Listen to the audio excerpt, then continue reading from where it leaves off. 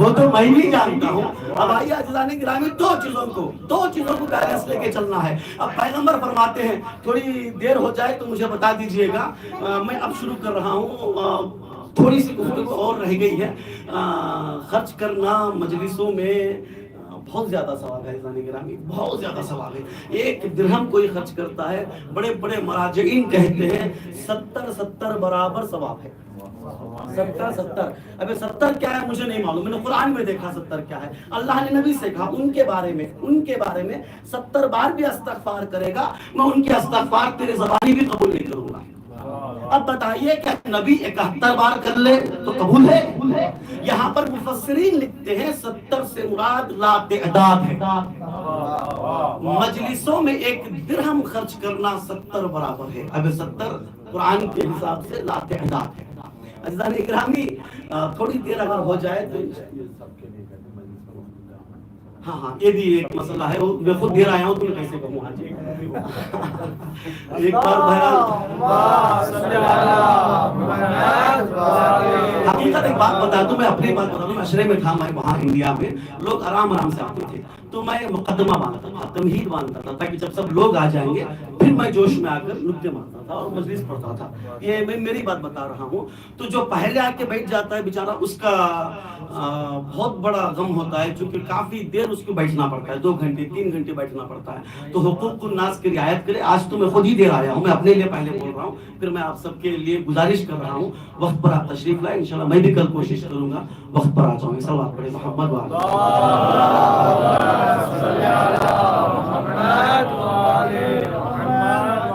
تاکہ خطیب کو پھر مقدمہ تمہید باندھنے کی ضرورت زیادہ نہ پڑے. اب آئیے گا, 2 چیزوں کو بیلنس رکھتے ہوئے چلنا ہے. 2 چیزوں کو بیلنس رکھتے ہوئے پیغمبر فرماتے ہیں للہ من عبادہ خیرتان. 2 چیز پیغمبر نے جگہ جگہ پر 2 چیزیں بتائی. حدیث ثقلین تو آپ کو معلوم ہے, دونوں چیزوں کو تھامے رہو گے تو کوثر تک پہنچو گے. یہ 2 چیزیں پھر پیغمبر نے 2 چیزیں عجیب بتائی ہیں, توجہ کا تعلق ہو. للہ من عبادہ خیرتان, اللہ کے بندوں میں 2 سب سے اچھی قوم ہے. خیرتان فخیرتہ من العرب قریش ومن العجم فارس. قریش میں, عرب میں کون ہے؟ قریش ہے. عجم میں کون ہے؟ فارس ہے, ایرانی لوگ ہیں. یہ حدیث جب پیغمبر فرما رہے تھے لوگوں کے ذہن میں کچھ چوب رہا تھا, اس لیے کہ وہاں عرب اور عجم کی زیادہ بات تھی. حتیٰ یہاں تک کہ آپ کو معلوم ہے خلیفہ دوم کو یہی عجبی اور عربی تعصب نے مروایا ہے. یہ کھلی بات ہے, عجبی اور عربی تعصب نے. عجمی میں فارس سب سے اچھے ہیں, یہ بات سمجھنا تھوڑا سا مشکل تھا. آج کے 50 سال پہلے کی جب علامہ اقبال اپنا پایان نامہ لکھ رہے تھے, ان کا پایان نامے کا موضوع تھا سیر فلسفہ ایران. وہ آئے ایران میں, بہت کوشش کی, تحقیق کی, تو انہوں نے جملہ کہا اگر پورے مسلمانوں کی, پوری دنیا کے مسلمانوں کی باغ ڈور تہران کے پاس ہو تو یہ مسلمان کبھی ذلیل نہیں ہوں گے. تہران کے پاس ہو جائے پورے مسلمانوں کی باغ ڈور تو مسلمان کبھی ذلیل نہیں ہوں گے. لوگوں نے کہا کہ اس کو ہو کیا گیا ہے, ابھی شکوہ لکھا تھا تو کفر کا فتویٰ دیے تھے, پھر جواب شکوہ لکھنا پڑا, پھر اب یہ کہہ رہے ہیں کہ شیعہ تو نہیں ہو گیا یہ بندہ. یہ عجیب باتیں تھی.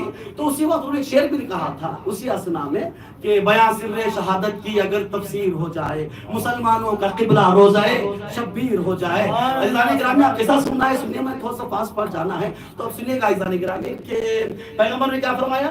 2 قوم سب سے اچھی قوم ہے, ایک عرب میں قریش ہے اور عجم میں فارس ہے. یہ بات سمجھنا بہت مشکل تھا لوگوں کو, آج سمجھنا بہت آسان ہے. کہا کیوں؟ اس لیے کہ پرسوں نتنیاہو کہاں تھے؟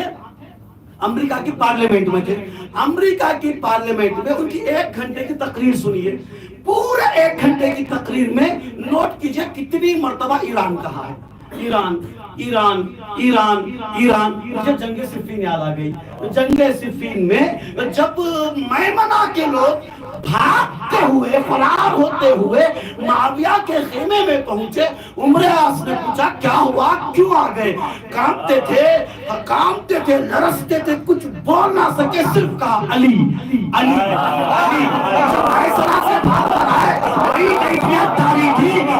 تم کیوں بھاگ کے آ گئے؟ کہا علی علی. جب ہم نے لشکر موقف سے بھاگ جائے. اب تم بھی آ گئے. کیفیت وہی تھی, کچھ بول نہ سکے, بس کہا علی علی علی. عزیزان گرامی, پوری تاریخ میں کفر و شرک کو, نفاق کو خوف ہے تو یا علی سے ہے یا علی والوں سے ہے.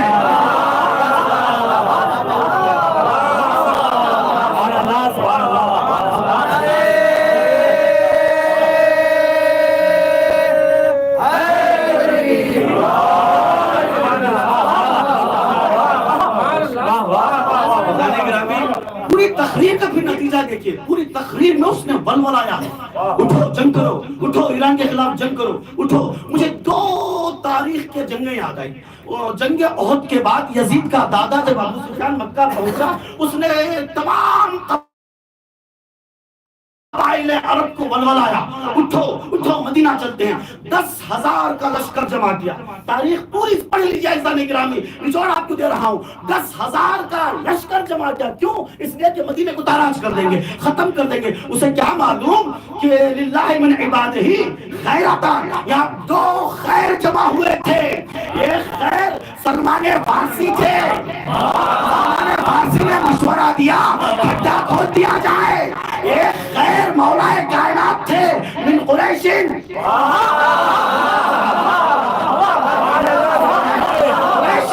قریش میں علی تھے, فارس میں سلمان فارسی تھے. ایک بار علی نے کی, سلمان فارسی نے مشورہ دیا, جنگ پوری جیت گئے. جنگ پوری جیت گئے. ولولا رہا ہے نتنیاہو, وہاں پر جا کر ولولا رہا ہے. دوسری کیفیت مجھے وہ فتح مکے کی یاد آئی. جب یزید کا دادا ابو سفیان لوگوں سے کہہ رہا تھا دیکھو پھر یہ دوبارہ مکہ آ رہے ہیں, اٹھو جنگ کرو, تلواریں اٹھاؤ, نیزے اٹھاؤ, تیر اٹھاؤ, کمان اٹھا دو, اٹھ جاؤ, چاقو لے لو, پتھر لے لو, کچھ بھی کرو, اٹھو اٹھو اٹھو. گھر گھر گیا تو لوگوں نے کہا ہم اٹھیں گے. نہیں نہیں نہیں, اس بار ہم نہیں اٹھیں گے. کیوں؟ اس لیے کہ آنے والوں میں وہ ہے جو 2 انگلیوں میں خیبر اٹھا لیا.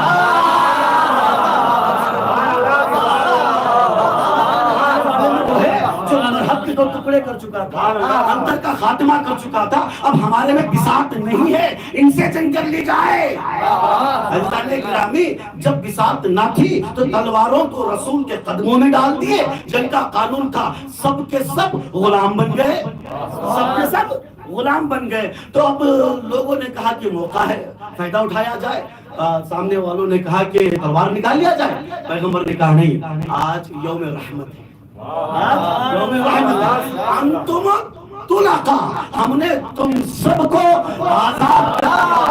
جب بی بی, جب ثانیہ زہرا دربار میں داخل ہوئی, یزید یہ سوچ رہا تھا میں نے ان کے گھرانے کو اسیر بنا لیا ہے. تو بی بی نے کہا یبن طلقا,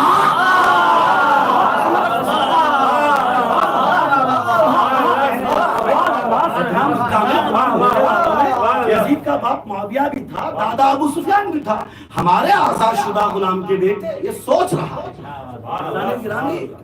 یہ کیفیت جو ہو رہی ہے آج کی, آج سمجھنا کتنا آسان ہے. پھر مولا سجاد نے افتخار کے ساتھ, اور مولا ہی کا حق ہے جو فخر کرے, مولا نے کہا انا ابن خیرتین, میں یہ 2 خیر کا بیٹا ہوں, میں یہ 2 خیر کا بیٹا ہوں. اب آئیے مولا کی زندگی کو کربلا کے بعد 3 حصوں میں تقسیم کیا جا سکتا ہے. بس میں جلدی جلدی آگے بڑھ رہا ہوں. 3 حصوں میں تقسیم کیا جا سکتا ہے. پہلا حصہ تشکیل مدرسہ. مولا نے ایک عجیب مدرسہ تشکیل دیا. میرے پاس ٹائم نہیں ہے, بالکل بہت آسان الفاظ میں کہہ کے میں آگے بڑھ جاؤں. تشکیل یوں دیا کہ غلام خریدتے تھے, کنیز خریدتے تھے, تعلیم دیتے تھے, آزاد کر دیتے تھے. اور غلام خریدتے تھے. ایک غلام نے کیا کیا, حبشی غلام تھا, کالا سا غلام تھا, مولا کے محضر میں تھا. گوشت سوچے آپ 80 کنیزیں, 100 غلامیں اور مہمان آتے, کتنا گوشت پکتا ہوگا.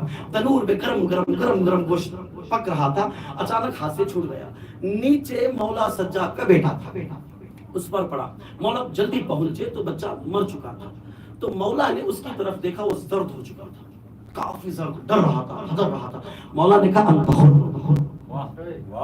اس کیفیت میں سوچئے اس وقت غلاموں کو بغیر بات کے مارتے تھے, بغیر بات کے پیٹتے تھے, بغیر بات کے ڈانٹتے تھے.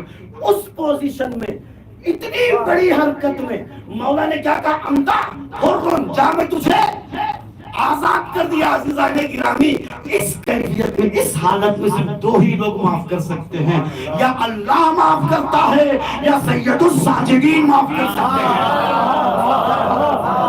غلاموں کی معنویت اس قدر بڑھ چکی تھی, مدینے میں قحط آ گیا تھا, پانی نہیں تھا, برسات نہیں تھی, بارش نہیں تھی, تو ایک غلام صحرا میں عبادت کر رہا تھا. ایک بندے نے کہا پروردگار میں تو مر گیا, اس لیے کہ نہ بارش ہو رہی ہے نہ کچھ دانا پانی اگ رہا ہے, میں کیا کروں, میں مر گیا. اس غلام نے اس کی کیفیت دیکھا, آسمان کی طرف دیکھا, پروردگار اب بارش کا نزول فرما. اب اس جملہ ختم نہیں ہوا تھا, اب بھی آگے باران رحمت بھی برسنے لگی. ایک غلام کو جو شاگرد بنائے تھے مولا, اس کی زبان کا یہ اثر ہے, تو سوچئے مولا کی زبان کا کیا اثر ہوگا. یہ پہلا مرحلہ تھا مدرسے کی تشکیل, غلاموں کو خریدنا, کنیزوں کو خریدنا, انہیں درس دینا اور بھیجنا. عزیزان گرامی یہی مدرسہ اتنا توسعہ کیا, اتنی وسعت ہوئی. سوچئے اس زمانے میں کوئی ابن زیاد اور کوئی یزید کے خلاف بولنا تو دور, سوچ بھی نہیں سکتا تھا, سوچ بھی نہیں سکتا تھا. ممبروں سے مولا کے لیے نازیبہ الفاظ اور ہر جگہ مولا کے لیے تبرع کرنا, ہر جگہ ان کے طاقت کے مظاہرے. اس پوزیشن میں بتائیے کوئی سوچ سکتا تھا بنی مروان و بنی امیہ کی حکومت ختم ہو جائے گی؟ مولا نے 35 سال ایسی مدرسے کی تشکیل دی, ایسا مدرسہ بنایا جو شاگرد پروان چڑھے, ہر جگہ گئے حق کی آواز لے کر. تو 35 سال میں ایسا انقلاب آ گیا, ان کی حکومتیں ختم ہو گئی, حکومتیں ختم ہو گئی. مدرسہ اس قدر وسعت پایا. پھر 5ویں امام کا دور آیا, ان کا لقب ہی باقر العلوم ہو گیا. مدرسے کی بنیاد ہے, اس مدرسے کی بنیاد. دوسرا مرحلہ تبلیغ کا تھا مولا کا, تیسرا مرحلہ تشہیر کربلا کا تھا. ان تینوں مرحلے میں ایک عجیب و غریب مرحلہ جو مشترک تھا وہ اس بات امامت تھی. امامت کی اس بات تھی. کس طرح مولا امامت کو اس بات کر سکے, کس طرح امامت کو ثابت کر سکے. عزیزان گرامی معاویہ کا دور تھا, سنیے گا بس آخری منزل ہے. معاویہ کا دور تھا. میں سمجھ رہا ہوں کہ میں تاخیر میں آیا ہوں, بہت دیر ہوئی ہے, مجھے نہیں معلوم پڑھنا چاہیے یا نہیں پڑھنا چاہیے. چلے ایک صلوات پڑھیے محمد واقع.